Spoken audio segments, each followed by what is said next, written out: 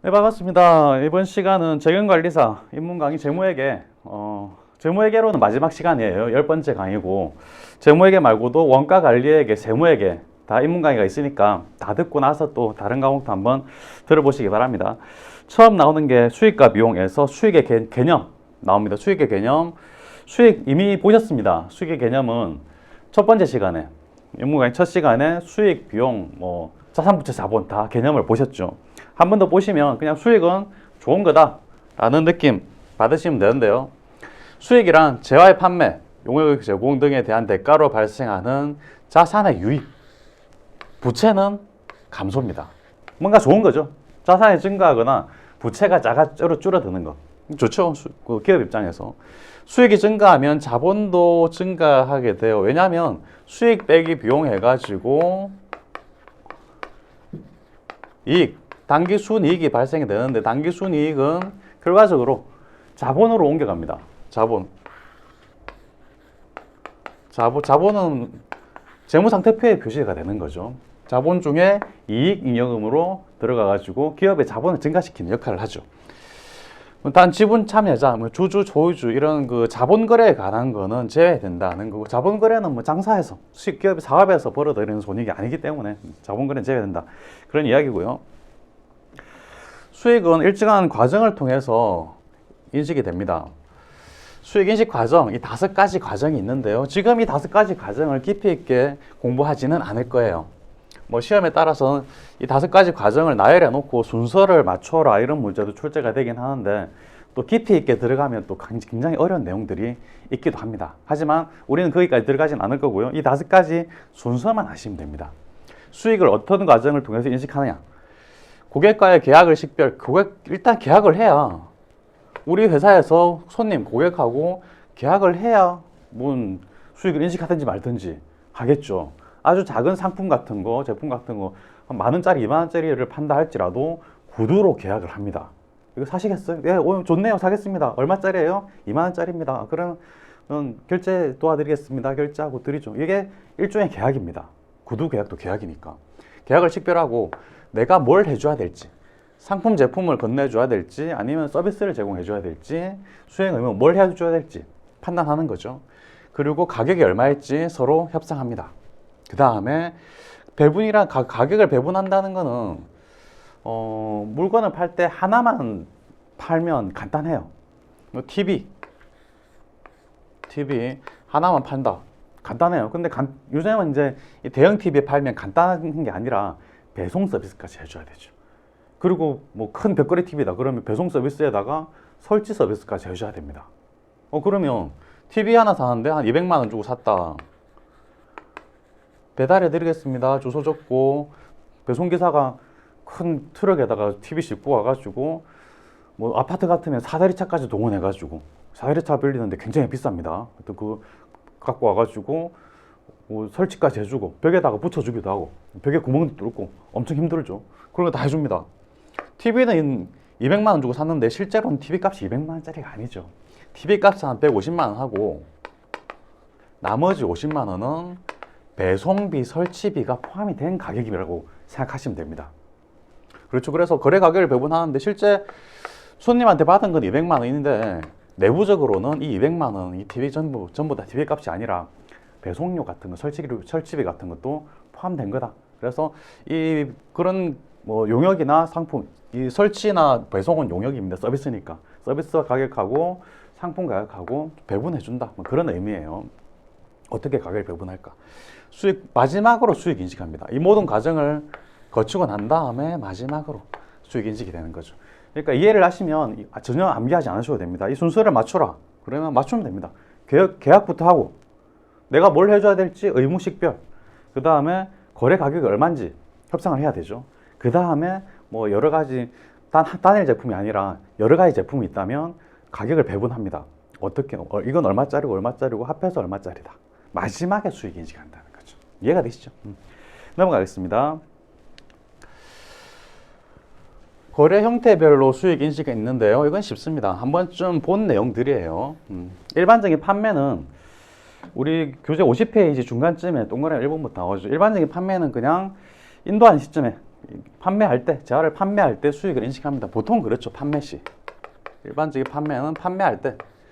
판매라는 거는 돈 받고 물건 줄 때, 또는 외상 판매라도 뭐 거래가 일어날 때, 돈 줄 때, 그런 때 인식하는 거고요. 일단 할부 판매 역시 그냥 인도할 때입니다. 판매, 인도할 때. 일반적인 판매도 인도 시점에서 인식합니다. 인도 시점. 할부 판매도 별 다르지 않습니다. 외상 판매랑 비슷하죠. 인도 시점에 인식합니다.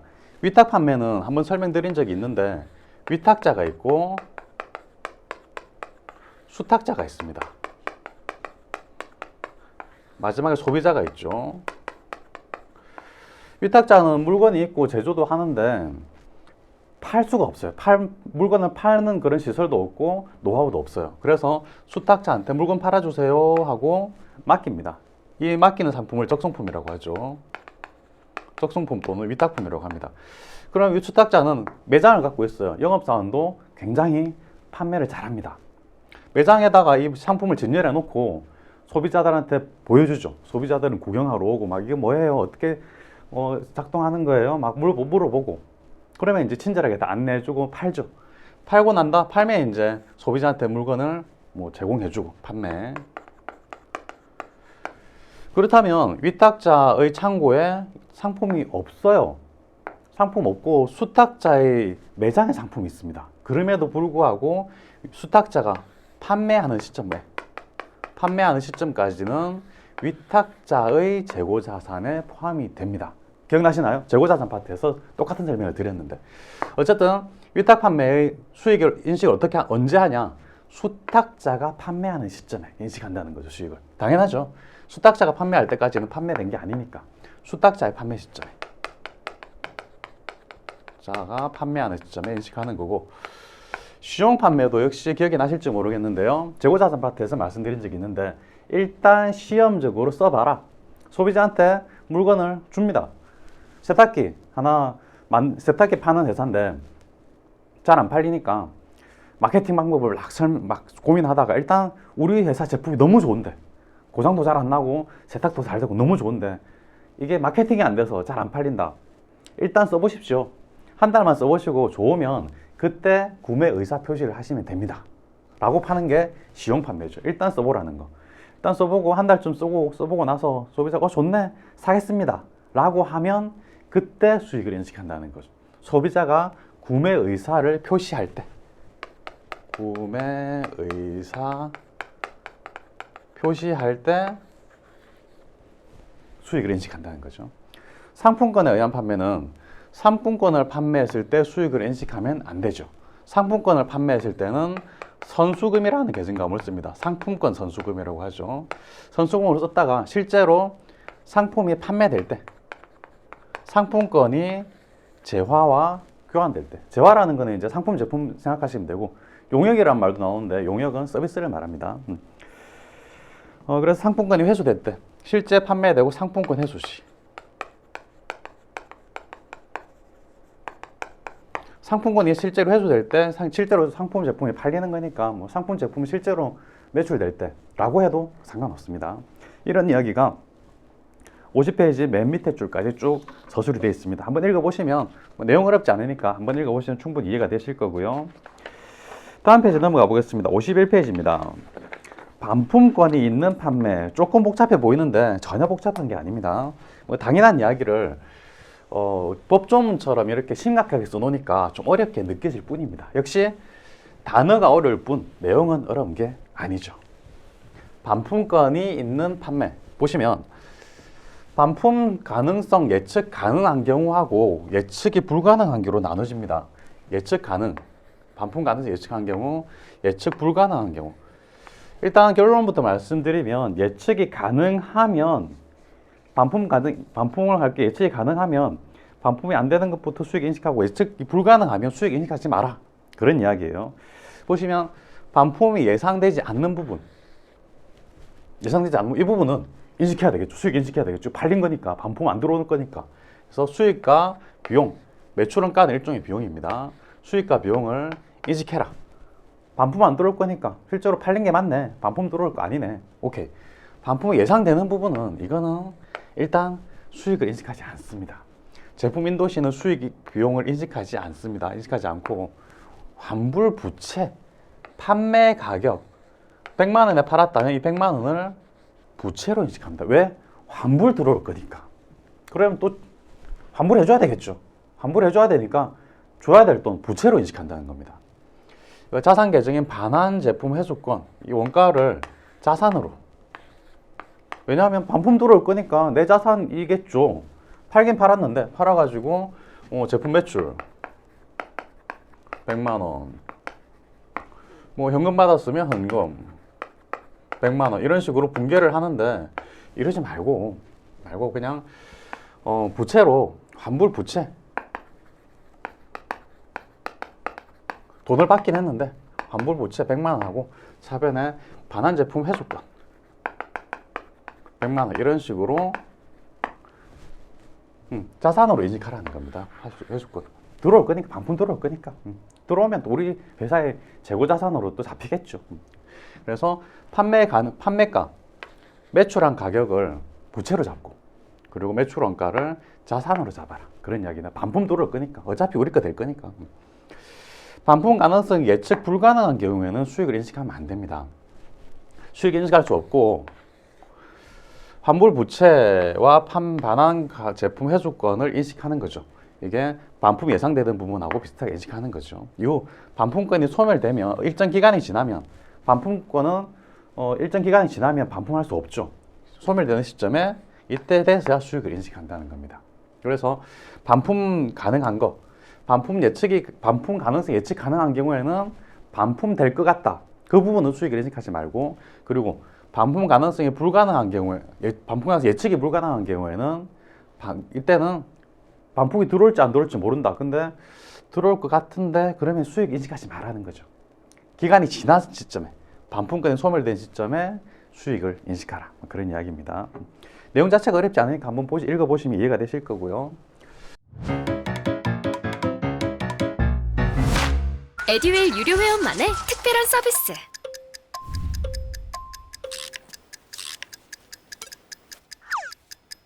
하치하차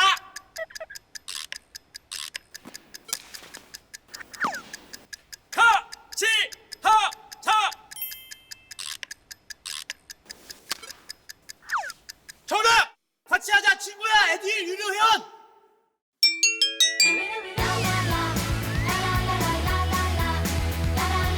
친구 소개하고 현금 받는 혜택. 오직 에듀윌 유료 회원에게만. 에듀윌. 계속 보겠습니다. 검사 조건부 판매, 일정한 조건이 붙습니다.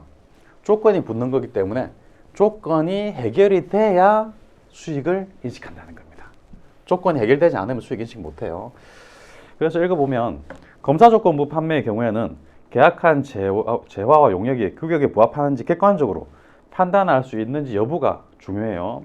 재화 또는 용역이 규격에 부합하는지 객관적으로 판단할 수 있다면 규격에 부합한다. 이거는 검사 조건을 통과한다는 이야기죠. 그래서 검사 조건부죠. 그와 부합한 객관적으로 판단할 수 없다면 고객의 수익 인수를 수락해야만 수익을 인식합니다. 완성된 양질의 제품을 팔아야 되는데 가해 보니까 또는 검사를 통과해야 팔 수 있다. 뭐 오케이 해야 된다는 거죠. 고객이 오케이 해야 된다는 거죠. 그러면 당연히 고객이 수락 오케이 한다. 오케이 해야만 수익을 인식하는 당연한 이야기죠. 검사 조건이 붙었으니까 검사에서 오케이 해야 됩니다. 그래야 수익 인식한다. 간단하게 해서 보시기 바랍니다. 복잡하게 보실 필요 없어요. 다음에 전기 간행물 구독료, 신문 잡지 구독료입니다. 신문 잡지 구독료는 일정 기간 동안 계속 보게 되는 거니까 뭐 1년 계약했다. 그 계약 기간 동안 이 수익을 인식합니다. 우리 회사에서 잡지를 발간한다. 전기 간행물 발간한다. 이때 간행물 판매 가격이 매기 비슷한 경우, 보통은 뭐 매기 매달 뭐 거의 비슷한 가격으로 나오죠. 비슷한 경우에는 구독 기간에 걸쳐 정액법으로 수익 인식합니다. 구독 기간에 걸쳐 1년 기간이면 한 달씩 한 달씩이다. 그럼 한 달씩 수익을 인식한다는 거죠. 광고 수익은 대중들이 볼 때, 대중에게 전달될 때 수익 인식합니다.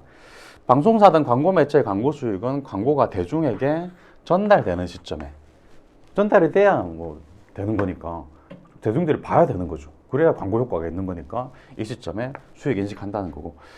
그런데 광고 제작사의 제작 수수료가 따로 있습니다. 이거는 이제 진행률에 따라 인식해요. 제작사가 있고 광고 제작사, 광고를 제작하는 막 촬영하고 연예인들 불러 촬영하고 그런 회사죠. 제작사가 있고 광고 회사가 있습니다.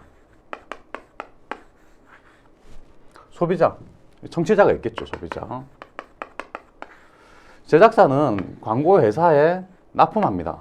뭘 납품하냐? 광고를 납품하죠. 광고를 납품하는데 이 광고는 찍는 거는 시간이 걸려요.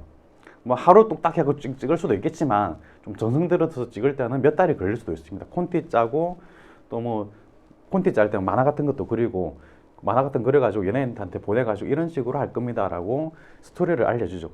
연예인이 오케이 할게 하고 해가지고 스케줄 잡아서 하루나 뭐 길게는 일주일 촬영을 하고 그 촬영을 편집하고 뭐 이것저것 특수효과 넣고 하는 과정이 몇 달이 걸려요. 우리가 TV에서 보는 광고는 보통 30초짜리입니다. 30초, 짧게는 15초짜리도 있어요. 인터넷 유튜브 같은 데서 보는 거는 10초짜리도 있죠. 뭐 3초짜리도 있습니다. 그런 게 하루아침에 이루어지지 않는다는 거. 그래서 시간이 오래 걸리기 때문에 광고 제작사에서 광고 회사에 납품하는 거는 진행률에 따라서 진행 정도에 따라서 수익을 진행 기준으로 인식하고, 왜? 시간이 길게 걸리니까 한 50% 진행됐네? 그럼 수익을 50%만 인식합니다. 70% 진행됐네? 수익을 70%만 인식합니다. 그럼 진행 기준에 따라 인식하고, 그런데 일반 대중에게 TV에 나오는 또 인터넷에 나오는 그런 광고는 전달되는 시점에 이렇게 전달되는 시점에 수익을 광고 수익 인식한다는 거죠. 진행 기준이라는 거는 진행률, 진행 기준이라는 건 좀 이따 자세하게 보게 될 겁니다. 넘어갑니다. 건설 계약. 건설 뭔가 좀 거창하죠. 건물을 짓는다는 그런 느낌이 들고, 이것도 깊이 들어가면 또 복잡한데 우리는 간단하게 한번 볼 겁니다. 쉬운 것만 보시면 돼요. 51페이지 아래쪽입니다. 건설 계약. 건설 계약 개념. 건설 계약이란 단일 자산 또는 복수 자산의 건설을 위해 구체적으로 협의된 계약을 말한다. 돼 있고, 중요한 거는 건설 계약의 개념보다는 건설 계약하는 데는 진행 기준을 적용한다라는 말이 중요해요. 왜냐하면 시간이 오래 걸려요. 몇 년 걸립니다. 3년 걸린다 치면 2000X1년 1월 1일, 2000X1년 12월 31일, 2000X2년 12월 31일, X3년 12월 31일, 이렇게 1년, 2년, 3년이 걸리는 건설 계약이다. 공사 3년 걸릴 수도 있죠. 아파트 같은 거 큰 거 지으면. 그러면 이 건설회사의 경우에는 미리 분양을 하면 좋겠지만 미리 분양하는 경우가 아니라면 다 지어놓고 파는 경우라면 1년 말, 2년 말, 3년 말, 3년 동안 수익이 하나도 없어요. 그러면 회사의 재무제표가 너무 안 좋고 수익이 하나도 없고 비용만 계속, 원가만 계속 나가니까 이 3년 동안 뭔가 수익이 있어야 직원도 월급도 주고 은행 대출도 받고 할 텐데 이거 못해요. 그러니까 3년 동안 수익이 없으면 회사가 망할 정역이 이릅니다. 이 완성돼야만 수익 인식한다. 3년 동안 3년 뒤에 완성이 될 텐데 완성될 때를 누가 기다려줍니까? 불확실성도 크고 3년 동안 투자도 안 들어옵니다. 그러면 안 되죠. 그렇기 때문에 진행 기준을 적용해가지고 X 1년 말에 첫 번째 연도 말에 뭐 30% 진행이 됐네. 그럼 30% 수익을 인식하는 거죠. 2년 말에 X 2년에는 앞으로에 30%가 진행이 됐고 또 추가적으로 50%가 또 진행이 됐네. 그러면 2년도에는 50%의 수익을 인식하는 거죠. 마지막에 X 3년도에는 완성이 됐네. 완성 20% 남았으니까 20% 수익 인식합니다. 그래서 전체 도급 금액이 이 10억이다.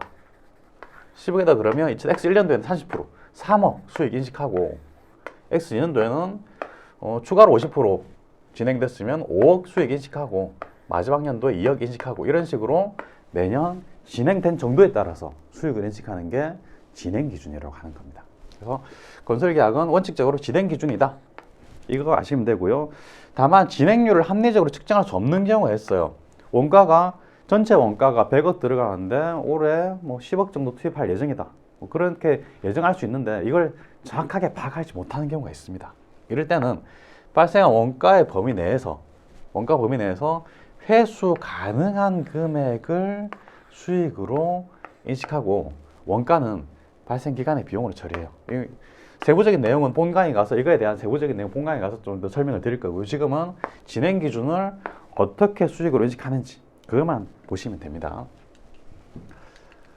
진행률이 나오는데 진행률은 전체 원가분의 실제 발생된 원가라고 생각하시면 됩니다. 전체 원가가 얼마나 발생될 건지 예측을 하는 거죠. 예상해가지고 지금까지 얼마나 또 발생했는지 그걸 보면 되니까 진행률은 추정되는 총 계약 원가, 얼마의 원가가 발생할 건지 그리고 원가를 말합니다. 그분의 실제 발생된 누적 원가입니다. 2000X1년도에 발생 원가가 1억이다. X2년도에는 2억 들었다. 그러면 누적해서 3억을 기준으로 계산을 한다는 거예요. 실제로 계산을 해볼 건데 계산해보면 아 그렇구나 하게 될 겁니다. 다음 페이지 계산 문제가 있으니까 그때 가서 계산 한번 해보겠습니다.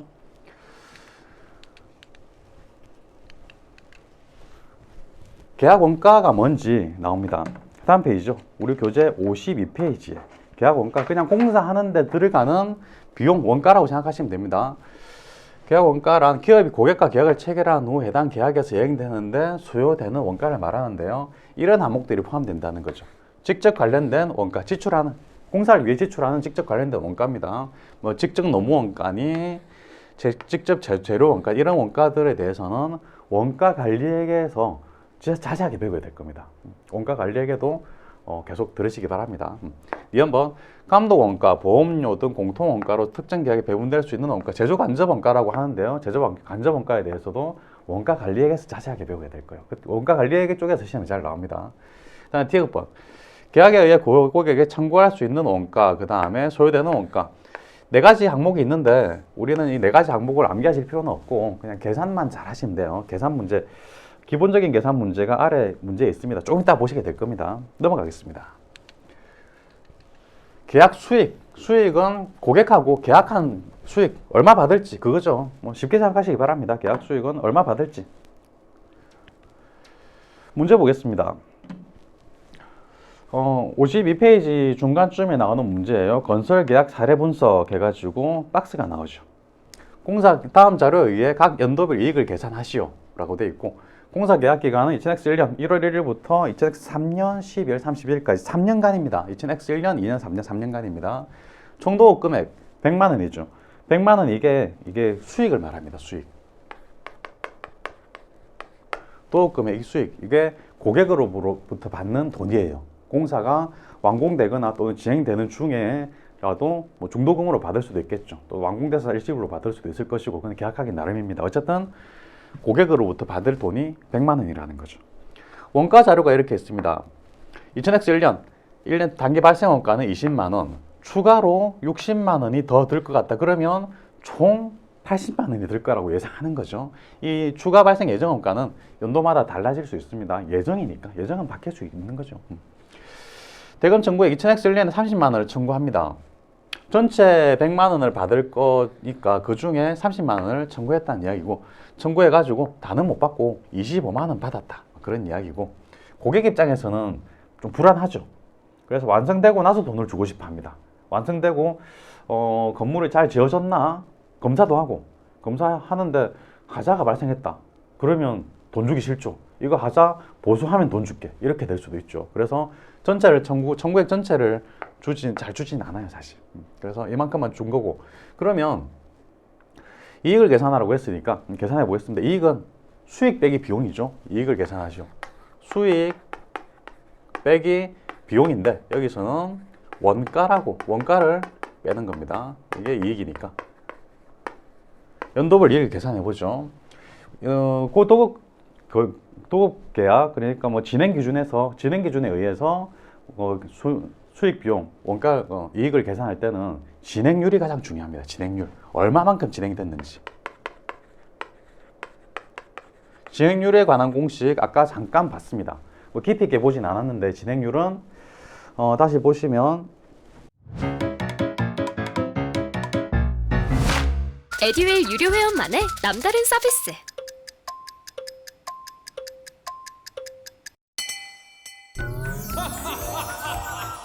합격! 도움도 받는 혜택. 오직 에듀윌 유료 회원에게만. 에듀윌. 무료 합격!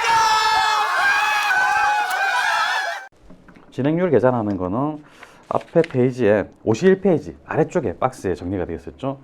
총 계약 원가분의 누적 계약 원가입니다. 총 계약 원가는 총 발생 예정 원가를 말합니다. 총 발생 예정 원가는 합해서 20만 원, 단기 발생 20만 원 됐고 추가로 60만 원 더 발생할 거니까 합해서 전체적으로 80만 원이죠. 80만 원, 총 예정 원가 80만 원. 80만 원 분에 올해 발생된 게 20만 원. 그래서 2000X 1년의 진행률은 80만 원 분의 20만 원, 25%입니다. 0.25, 25%. 어렵지 않으시죠? 쉽죠? 진행률만 구하면 다 구한 거예요. 2000X 1년에 진행률은 20%니까 전체 도급 금액 100만 원 중에 25%만 수익 인식합니다. 25%면 25만 원이죠. 그래서 수익은 25만 원. 100만 원 곱하기 25% 하는 겁니다. 거기다가 원가 발생된 게 20만 원이죠. 원가 20만 원. 빼주면 5만 원 이익이 발생한 겁니다. 쉽죠? 저만 쉬운가요? 아, 쉽죠? 그러면 이렇게 말씀하십니다. 당신은 너는 세무사니까 쉽지 우리는 안 쉽다. 계산해 보셔야 됩니다. 계산해 보시면 그리 어렵지 않게 푸실 수 있을 겁니다. 연습장에 손으로 적어가면서 계산하셔야 됩니다. 52페이지 아래쪽에 제가 풀이해가지고 표로 정리해 놨는데 눈으로 보면서 이건 이런 식으로 이 숫자가 이렇게 나오고 이렇게 됐네? 이해되네? 넘어가자. 이러면 안 되십니다. 절대 안 됩니다. 눈으로 보고 이해되고 넘어가면 다음에 절대 못 풉니다. 이거는 확신하게 말씀드릴 수 있습니다. 근데 난 풀 수 있다 하시는 분들은 천재시고요.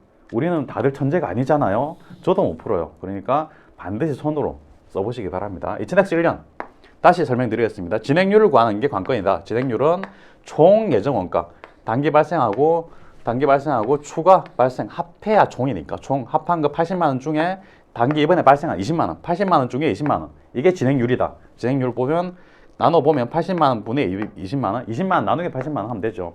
0.25 나옵니다. 0.25 25% 전체 100만 원 중에 25% 곱해주면 25만 원. 그래서 25만 원 수익이 나왔고요. 원가는 20만 원 그대로 발생한 원가 빼주면 5만 원이 단기의 이익이다 라는 거죠. 2000X 1년 이익입니다. 2000X 2년 보겠습니다. 2000X 2년 입장에서 보면 단기에 43만 원 발생했어요. 추가로 27만 원 발생할 예정입니다. 그러면 단기하고 추가로 하고 다 합해서 전체 예정 원가는 얼마인가요? 헷갈리시죠? 전체 예정 원가는 전기에 2001년에 발생한 원가하고 단기에 발생한 원가하고 추가로 발생할 원가 이 세 개를 합한 게 2000X 2년의 총 예정 원가가 돼요. 전부 다 합한 겁니다. 전기에 발생한 거 그리고 단기에 발생한 거 그리고 추가로 발생할 거 다 합해보면 20만 원 더하기 43만 원 더하기 27만 원 하면 90만 원 나옵니다. 전체 총 발생 예정 원가는 90만 원인 거예요. 90만 원. 90만 원 중에 43만 원 하면 안 됩니다. 여기서 실수 굉장히 많이 하세요. 단기까지 발생한 누적 원가를 써야 됩니다. 총 발생 예정 원가 90만 원 분에 43만 원 쓰면 안 되고 전기가 합해야 된다는 거죠. 20만 원 더하기 43만 원, 53만 원 해줘야 된다는 거죠. 53만 원 나누기 90만 원 하면 0.7 죄송합니다. 53만 원이 아니고 더하기 암산을 63만 원, 63만 원. 20만 원 더하기 43만 원, 63만 원. 63만 원 나누기 90만 원 하면 딱 0.7. 0.7이니까 퍼센트로는 70%죠. 그래서 70% 수익 인식하는데 70% 다 하면 안 되죠. 이건 누적 개념이니까. 70% 수익 인식하면 100만 원에 70% 하면 70만 원이죠.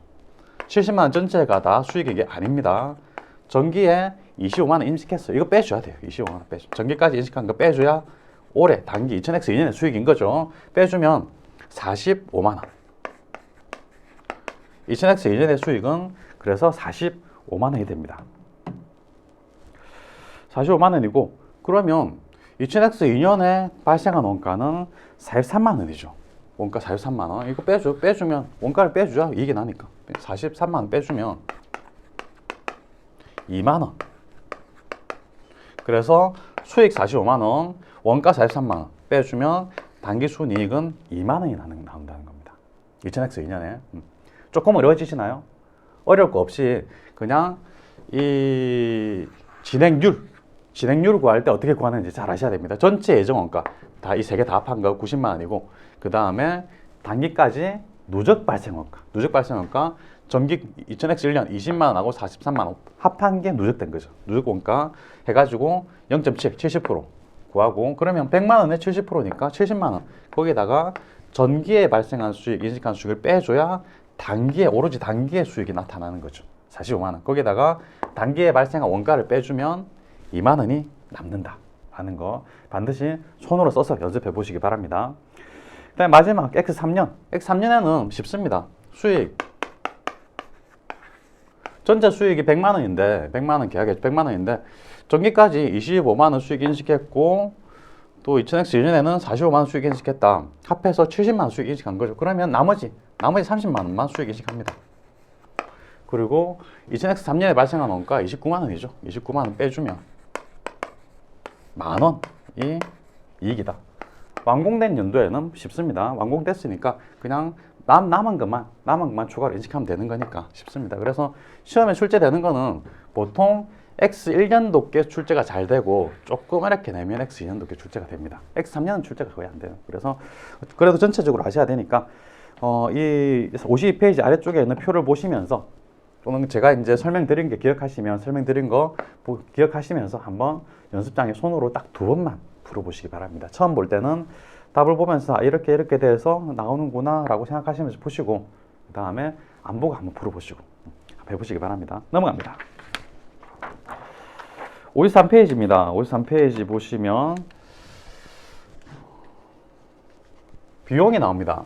우리 금방 수익을 했죠. 수익을 언제 인식하냐 했고 수익을 봤으니까 이제 비용을 봐야 되겠죠. 손익계산서 항목으로 수익과 비용은 뭐 그렇게 어려운 게 별로 없습니다.